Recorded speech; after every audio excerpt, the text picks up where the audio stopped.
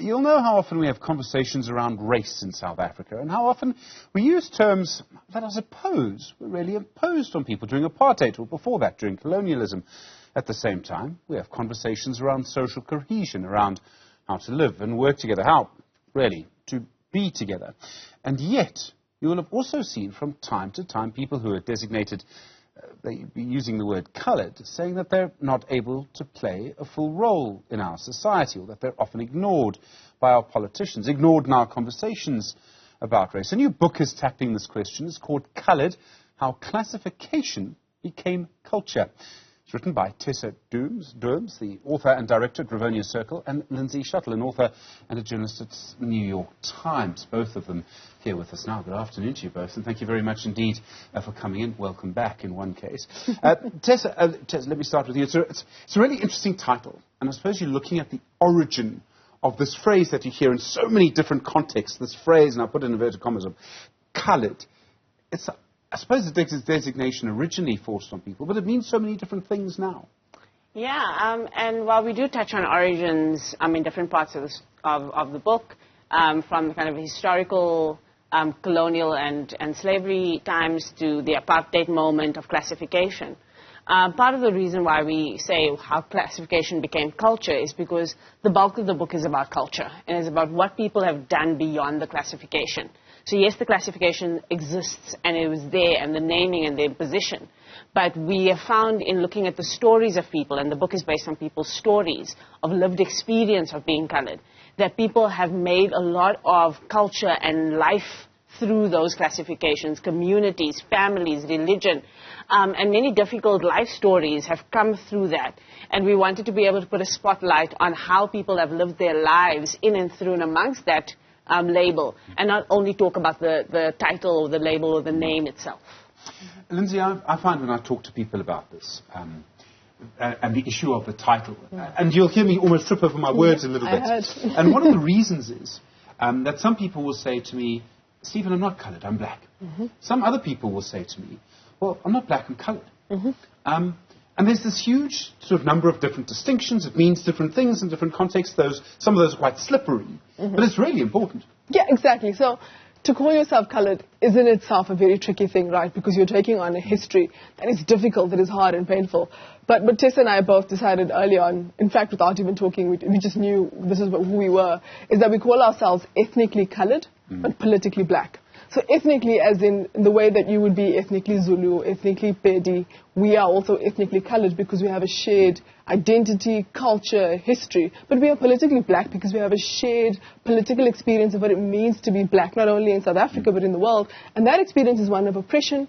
It's one of fighting against enslavement, colonialism, apartheid, and now in a post-apartheid South Africa trying to figure out what it means and how to take back the system that seems to have left us behind. And so we understand that there are people who reject the term. We understand that because, economically it didn't make sense. Coloured people didn't want to be seen as black because of the way the apartheid system set up the whole system. What we're saying is, turn that system around. We know why and how the apartheid system created it, but let's turn it into something else. Instead of looking at the classification, which back in the day used to be other coloured, Cape coloured, Griqua, all those, and they actually had numbers. What we're saying to you is, take that back and turn it into something that should be celebrated. But how coloured people have really turned that pain and that othering into something that is full of joy and laughter and food, good food too. Is it a phrase that some people can use and some people cannot? Yeah, so I do think that, in the same way that cultures are collective, right?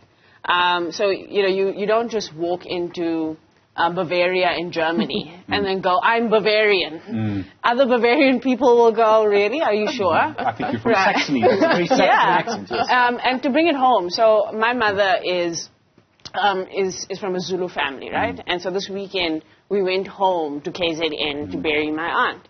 And in as much as a lot of that is part of who I am, if I started saying I'm Zulu, people would go, but you don't speak the language.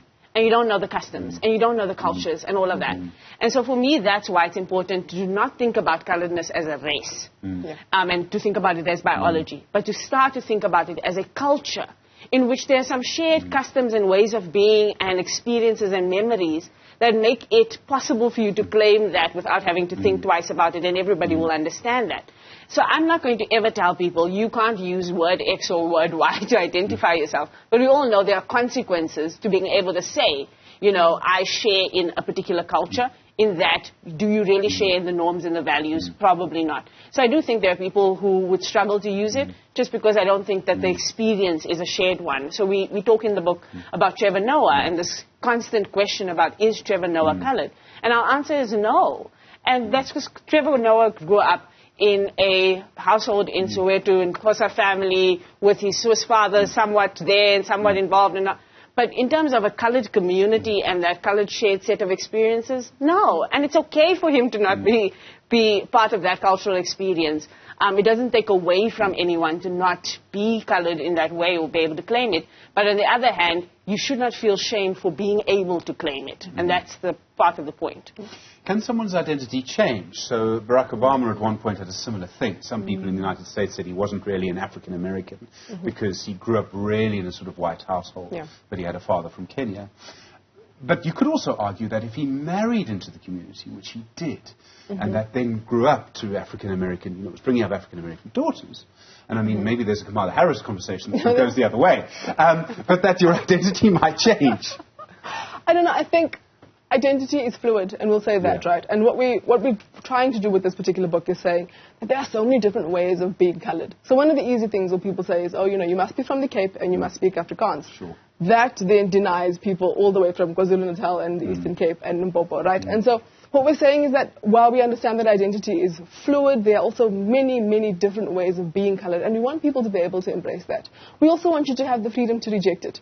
Because Barack Obama might, for example, and Kamala Harris might have a difficult relationship with being African American. And so to be able to say that I have a difficult relationship with this label that you are putting on me, and that's okay. It is a difficult label to carry, but but we need to, particularly as South Africans, is allow a fluidity. And what I'm finding so fascinating in our responses when we say to people, we want you to see being colored as an ethnicity, then that's like, oh no, this is not a race.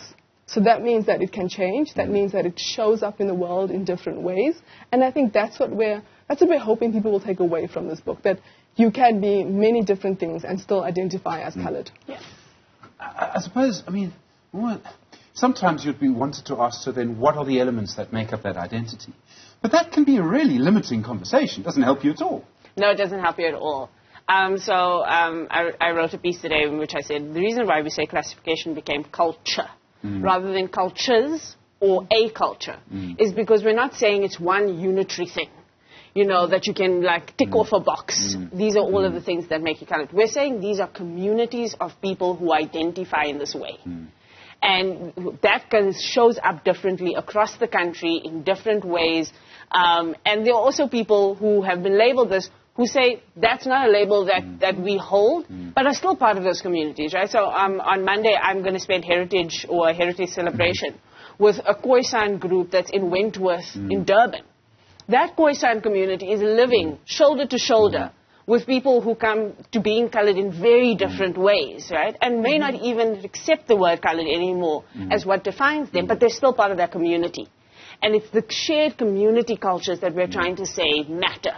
And so your coloredness isn't this thing. I'm not going to give you a list, ever. No.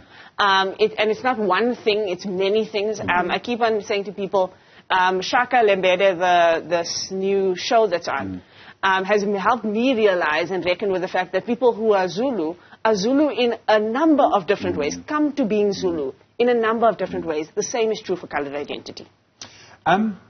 So you talk about, in a way, there's a sort of recognition of an identity, there's a celebration of an identity. And I don't know if there's much or enough, let me use that word rather, enough celebration of this identity. And I wonder, you know, the history of this is very complicated, so that might be why. Yeah.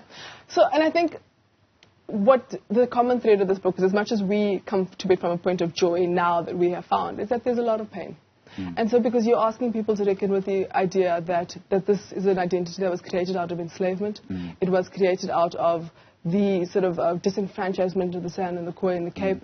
It was then created because people were cheap labor for the diamond fields early on. And then it was also created because people were dragged along on the Great Trek, because, we've got the whitewashing of the Great Trek, and we forget that there were thousands of black people who went with them. As many black people as white people. Precisely, right? And dragged along and taken to new parts of the country. So there's a lot of pain there in that idea that, is there much to celebrate? And then, of course, in post-apartheid South Africa, what we've done is that we've allowed ourselves to be boxed in by stereotypes. What we've done is that we allowed colored identity to be defined by markers of things like gangsterism or things like teenage pregnancy, or the so-called ills of society. But we're not taking on the source of the ills of those societies, of that society. We're not saying that the reason these things exist is because people were trying to create community, because they were subverting the idea of what masculinity was for colored men, that they were either going to be a squally from as early on as the early 20th century. That word was being used already to describe groups of young colored men, even though they were doing nothing but standing on a corner. And so what we want people to do is come with your stereotypes, because we're not going to erase those. But then ask yourself why those stereotypes exist. And then engage with the history, engage with the pain. And then from there, we can begin to have a conversation about, just the celebration that can come from that and what people have been able to do with those stereotypes. So I just, for me, and that's why we focused on the people on the cover of the book. I'm always super proud to say this, are real people. They're not stock images. They're not celebrities. They're people that we know and people who shared their stories. And they're the people who defied those stereotypes, who said, I will take your stereotype and I will turn it into my sense of strength. And so that's what we're hoping people will do with this. It's fascinating because there's sort of elements of identity which change, right? Let me use a sort of slightly ridiculous example. That if you had to ask me as a white person, one of the elements of my identity in the 1980s would have been I supported the Springbok rugby team. That would be a nonsense way to sort of identify an element of whiteness now, because the identity of the rugby team has changed so much, and the identity of the supporters has changed so much. And the same must be happening with people who we sort of call coloured. And yet there's also a vulnerability in that certain political leaders, and I'm thinking of one political party in particular, I think we know the one, it's called the Patriotic Alliance, is trying to almost claim this identity for themselves. And it's not theirs, right? Yeah.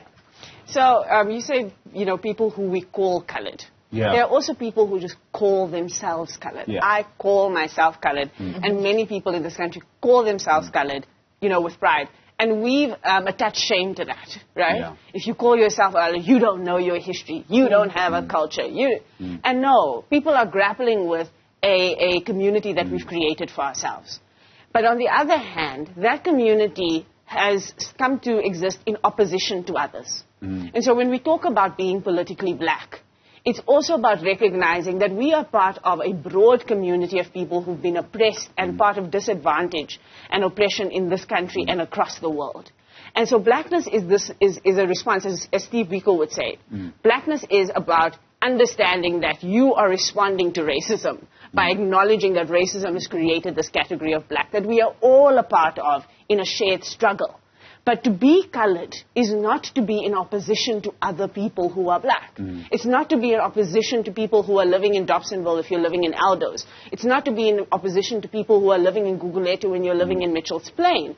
In fact, it's just to say that there's something unique about the way we live our lives, but our shared struggles remain there. And I think that's an important thing that we try to bring through in the book, is that we should be, in our identity seeking and reclaiming, not be looking for reasons to be in opposition to others, but find ways to share in. And I think our politics has become fraught with this kind of using it as a weapon, using the seeking of identity as a weapon.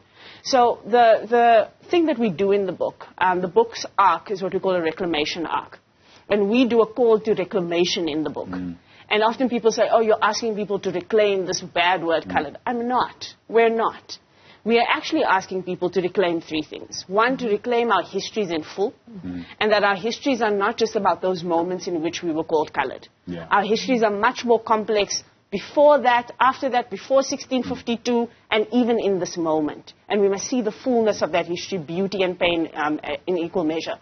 The second one is reclaiming our agency to define ourselves. And to be able to say, this is who we are, this is how we show up in the world, and this is who we want to be in the world.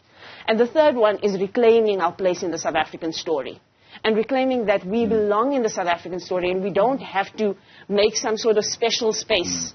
We are part of the story in many fluid ways. My hope for this book, especially for colored young people, because young people, much like me, I mean, I'm no longer young, but much like me, I was born into a colored identity.